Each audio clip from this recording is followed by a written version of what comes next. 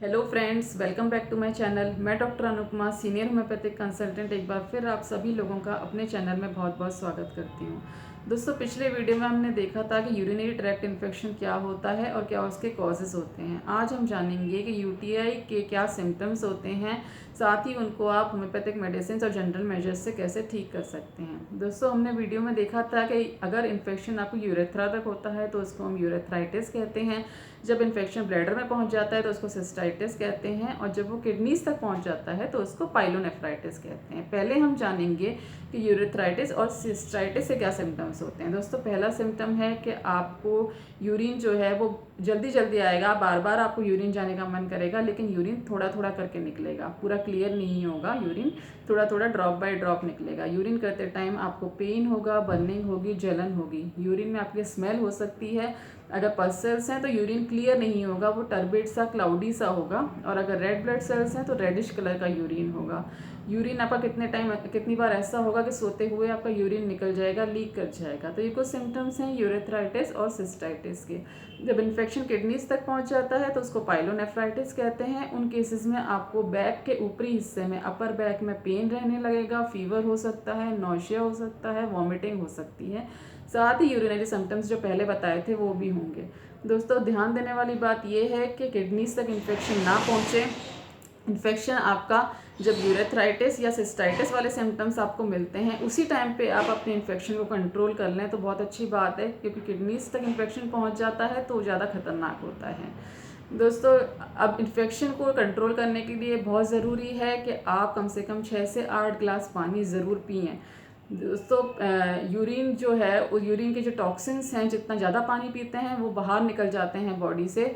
तो उन टॉक्सिन्स को फ्लश आउट करने के लिए बहुत ज़रूरी है पानी पीना। अच्छा खासा कम से कम 6 से 8 ग्लास पानी आप रोज़ पिएँ। कोशिश ये करें यूरिन को होल्ड मत करें। जब आपको यूरिन आ रहा है तो जाके यूरिन करके आइए। अगर आप होल्ड करेंगे तो इन्फेक्शन बहुत जल्दी फैलने के चांसेस रहते हैं। अपने प्राइवेट पार्ट्स को क्लीन रखें। अगर सेक्सुअल एक्टिविटी के बाद, सेक्सुअल इंटरकोर्स के बाद आपको इन्फेक्शन होता है तो हर सेक्सुअल इंटरकोर्स के बाद आप यूरिनेट करें और अपने पार्ट्स को वॉश करें वाटर से। अपने प्राइवेट पार्ट्स को आप कोशिश करें कि कॉटन के अंडरगारमेंट्स पहनें और उस एरिया को ड्राई रखें, उसको मॉइस्ट ना होने दें। मॉइस्ट एटमॉस्फेयर में बैक्टीरियाज बहुत जल्दी पनपते हैं। दोस्तों, ये कुछ चीज़ें हैं। साथ ही कुछ लोगों को देखा गया है कि डायफ्राम यूज़ करने के बाद उनको यूटीआई की प्रॉब्लम होती है, तो डायफ्राम को यूज़ करना अवॉइड करें। कुछ और बर्थ कंट्रोल के मेजर्स आप यूज़ कर सकते हैं। साथ ही कुछ होम्योपैथिक मेडिसिन मैं बताती हूँ। दोस्तों, पहली मेडिसिन है बेलाडोना। अगर आपको यूरिनरी ट्रैक्ट इन्फेक्शन हाल ही में हुआ है, रीसेंट है, और आपको यूरिन करते टाइम पेन है, बर्निंग है, तो दोस्तों अगर आपको 2-3 दिन से ही यूरिनरी ट्रैक्ट इन्फेक्शन हुआ है तो बेलाडोना 30 बहुत जल्दी काम करती है। बहुत ही असरदार होम्योपैथिक मेडिसिन है एक्यूट यूरिनरी ट्रैक्ट इन्फेक्शन के लिए। अगर आपको यूरिन करने में पेन होता है, बर्निंग होती है, खासतौर से बर्निंग है, और यूरिन आपको बार बार जाने का मन करता है लेकिन थोड़ा थोड़ा करके निकलता है, तो उन केसेस में दोस्तों कैंथारिस 30 होम्योपैथिक मेडिसिन दिन में 3 बार लेने से बहुत जल्दी आराम होता है। दोस्तों, कुछ कॉजेज़ में हमने देखा था पिछले वीडियो में कि जिन लोगों को प्रोस्टेट की इन्लार्जमेंट होती है उनको भी यूटीआई बहुत जल्दी हो जाता है। तो अगर प्रोस्टेट की वजह से आपको यूटीआई है दोस्तों, तो उन केसेस में लाइकोपोडियम 30 और सबाल सेरुलेटा 30 दिन में 3 बार लेने से बहुत ही जल्दी आराम होता है।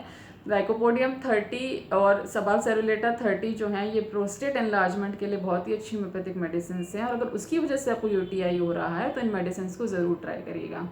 दोस्तों, हमने कॉजेज़ में ये भी देखा था कि जो फीमेल्स सेक्सुअल एक्टिविटी में ज़्यादा इन्वॉल्व होती हैं और मल्टीपल पार्टनर्स के साथ उनका सेक्सुअल इंटरकोर्स होता है, उनको भी ये यूटीआई बहुत जल्दी होता है। अच्छा, अगर आपको सेक्सुअल एक्टिविटी की वजह से आपको यूटीआई है तो स्टेफिसेग्रिया 30 होम्योपैथिक मेडिसिन बहुत अच्छा काम करती है। स्टेफिसेग्रिया 30 हनीमून सिस्टाइटिस के लिए भी बहुत अच्छी होम्योपैथिक मेडिसिन है।